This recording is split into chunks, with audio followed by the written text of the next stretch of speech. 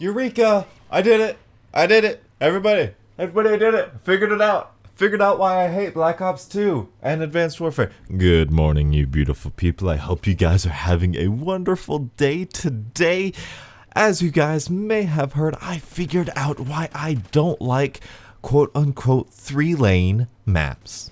Throughout all of these years, I have been unable to convey to you the exact reasoning behind why I don't like the 3-lane maps. Of course, what I have said in the past still stands true. I don't like the limited options. I don't like the sit on a head glitch and light machine gun target finder your way to victory. I don't think that's fun. However, with the Supremacy DLC map released, I have figured out a different dynamic that I have not yet been able to recognize, and it has blown my little tiny brain up. It's not that I dislike 3-lane maps, because if we take a step back and we honestly and clearly look at Call of Duty Ghosts maps, a lot of them, like Prison Break, like many of them, like the DLC map Pharaoh, that's the one I was thinking of, Collision as well, really were 3-lane maps. Now, of course, there was a handful of the complex, big, natural Modern Warfare 2 type maps like Bayview and Departed, and those are fantastic. Those are still my absolute favorite.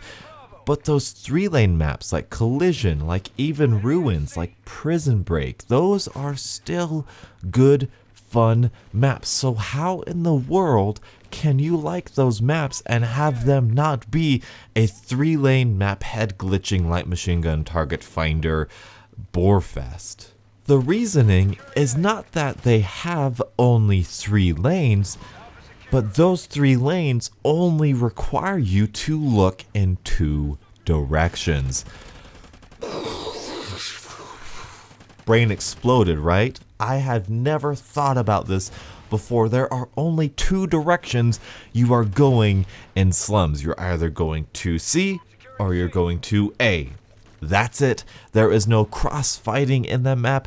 And if there is, of course, when I say there's no cross-fighting, of course there is. Like, you know, I'm not stupid. Of course, like you run into somebody as you're going to one of these 2 directions, you fight in your 360, whatever. I'm not saying there's only one way you get in a gunfight, but that is the primary direction you're going. If we take a step back and we take a look at Prison Break, 3-lane map, you have B, you have the middle, and you have that right side. If you're sitting at C, imagine in your brain, you're sitting at C, you have the left, which is B, you have the middle, which is death, which is bad, Beebs, I'm talking to you, it's death, and you have the right side, which is flank, which is a really long way around, but that's the best way to go. So you would think there would be 3 different light machine guns on each of those points, and I will give it to you. Prison Break is not my favorite map because of the fact that if you go up the middle, everybody's looking up the middle. If you go to the left side, then the people on the cliff side are looking down at you, and yada yada yada. It was a very unbalanced map, but I digress. Beyond that, once you push up into those lanes, there is a lot of different dynamics, specifically talking about the A domination part.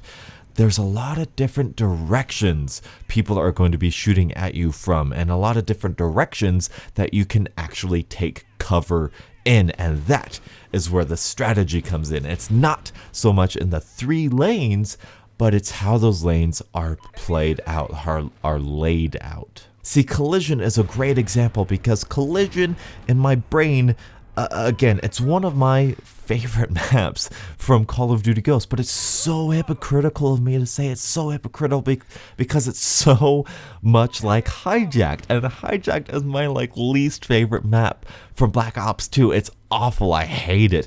But why do I like Collision so much? Because when you think about where C domination is, there's horizontal gameplay there. You're not looking at A all the time. You're looking to the right. Is somebody going to be flanking over there? You got to watch across the map.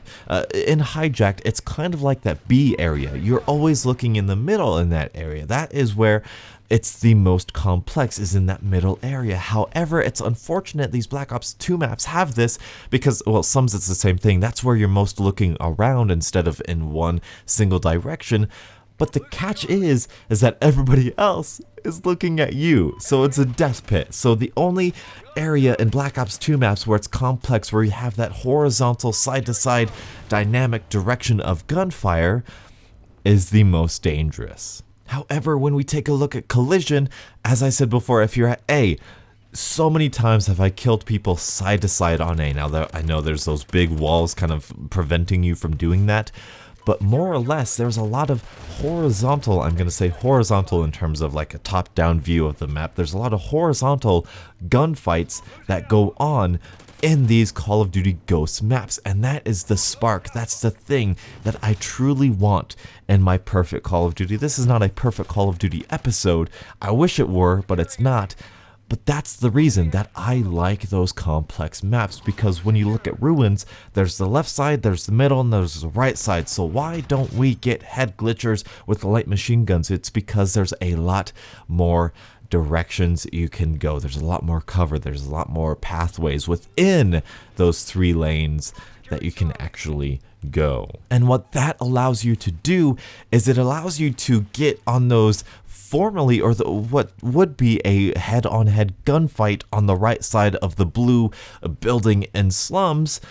It takes that and it says, no, you could do that, but there's going to be a slight variation of that. You can take cover here and wrap around and surprise them there. It's still one single lane, but there's this big piece of cover here. Now, of course, specifics are specifics, and it's very difficult to do generalizations of each individual map because it does ultimately come out to personal preference on these maps. However, I'm trying to explain to you why I like these maps, and the reason I'm bringing this up is because I played Domination on Parliament the other day, and it just hit me. It hit me like a sack of potatoes.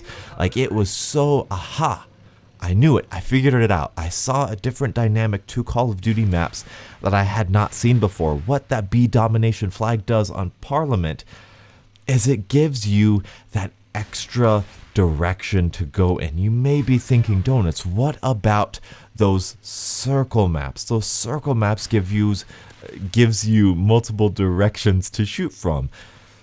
Sort of it does, and it kind of suffers from that middle. You know, if you're in the middle, yes, there's multiple 360 circular directions to go from, but ultimately it's still, you're either going left or you're going right. And you could cut in the middle at any time, or at 3 specific times, so it's just a different sort of 3-lane map.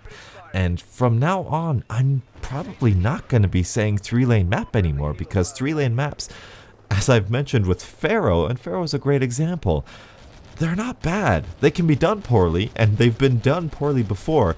Behemoth Call of Duty Ghost, you are not without sin. Again, that fails because there's only 2 directions you can go to. You know, that's the only direction you can get an engagement in. Whereas if you look at Pharaoh, there's only 3-lane maps. Mutiny, there's only 3 lanes to that map. But there's multiple directions you can go. And if you look back all the way in the first Reddit posts of Call of Duty Ghosts, everybody's saying, oh, there's so many directions that we're being shot from.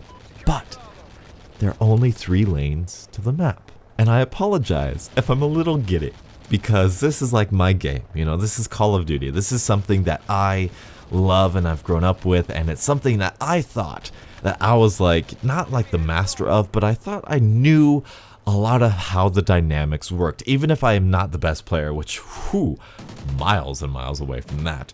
But I thought I could understand, and I tried conveying to you my understanding of how Call of Duty itself, the game, worked when you took 6 people and 6 people, pitted them against each other, how they would develop strategies against each other, and how that would play out. This is incredibly exciting to me.